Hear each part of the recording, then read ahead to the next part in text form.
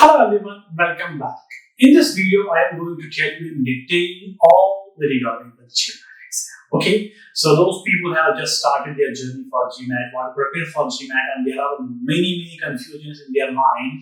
What should be the strategy? What to start first? What not to first? And when we have to give our marks or not? There are every details are here in this. Okay, first of all.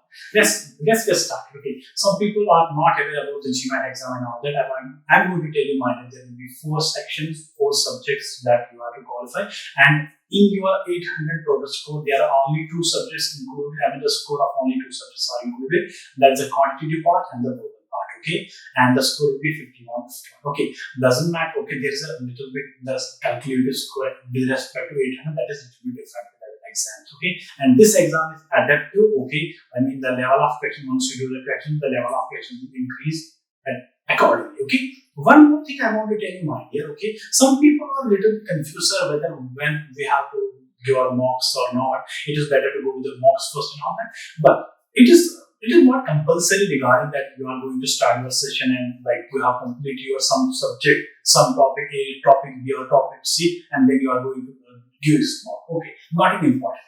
But there is one thing that I want to tell you that will really benefit you in GMAT exam. That is, in order to know everything, every pattern, timing, and all that time management, everything, you can go to. There are multiple websites like MBA.com and many more websites.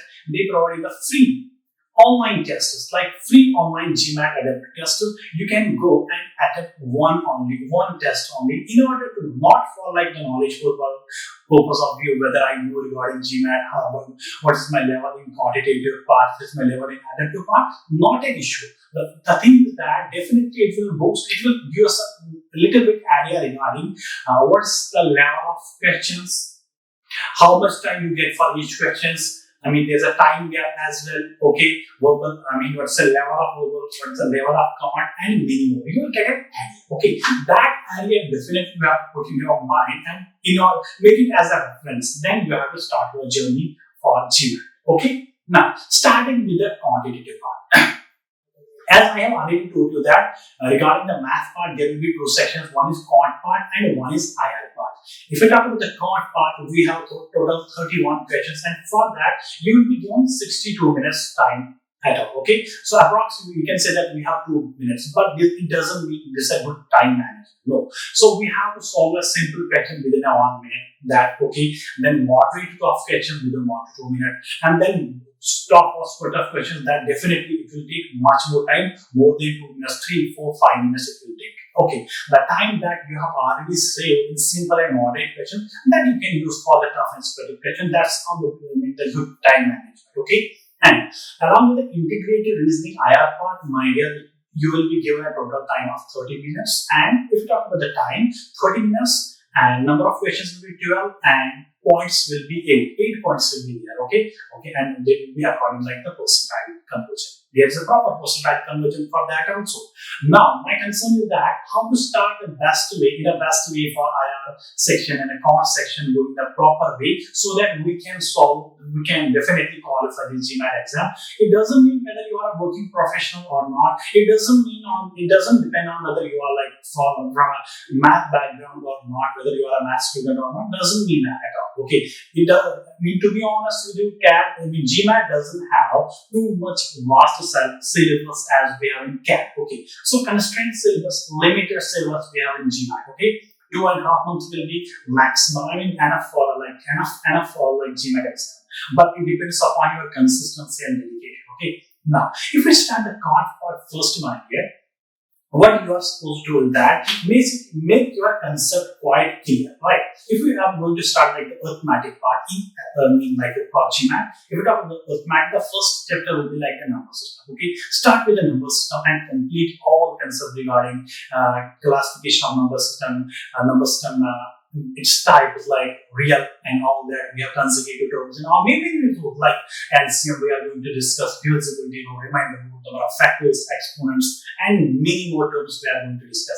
Decimal and fraction answer. Okay. Then there's one more part that's called a statistical part in which we are going to discuss mean, median, and more, and standard deviation answer. Okay. Then cover up and do practice. What is the best way to go for it? First, If you are coaching students or you are attending any coaching online offline, doesn't mean that. But if you are taking any, practice for that, make your concept first clear. Okay, make a proper notes on that, write down the formulas, write down the tricks that really matters here.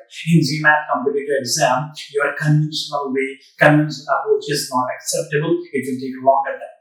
Go with the trick approach. How many a question that can be solved within about 3 minutes, and the same question that can be solved by having a proper trick within less than 1 minute. That will be proper for in GMAT, right? So leave that conventional. Okay, focus on much more on concept than tricks. Okay, and what have you homework given to you? Do class practice, do homework as well, and what practices have been assigned to you, do much more practice, and don't leave any session leave it, tomorrow we are going to do it, not an issue matter. But there is a lot of issues will cause, this will definitely it will add up, and there will be multiple topics. It will a jumble, and then you will step. Okay, now the thing is that after completing this arithmetic, then move to algebra part. What is the algebra part? In the algebra part, you will go with starting with the expression part, in which linear equation you are going to start the first. In linear equation, which type of question you got in GMAT? Right? I have seen the multiple in GMAT official guide and exam, but I have seen that there is a question based on chocolates, and some person buys some type of chocolate and pencil, pen, and everything like that, and which you have to find the number of pens, number of chocolate, and total consumption in dollar, and many more. And then you have to solve a quadratic equation from we are going to the algebra part. Quadratic equation involves, what I am supposed to is that there are 90% questions from algebra are solved from tricks.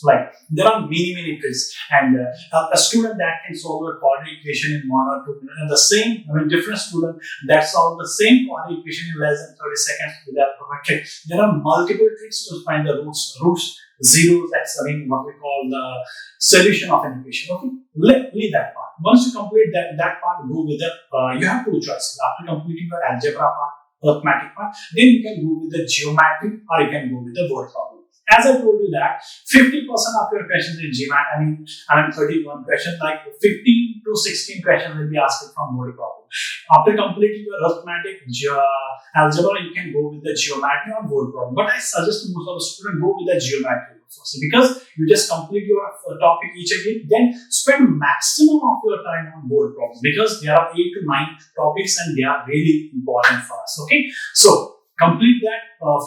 After completing geometry, go with the word problem. In word problem, what to start first is that go with the percentage first. Percentage, then ratio and proportion, and a little bit do the revision on average as well. These 3 topics are basically completed. Then start with you can go with the time, distance, time and work, simple interest, compound interest, we have Venn diagram, series, secant series, progression, and at last you have to do the permutation, combination, and probability at last. Okay.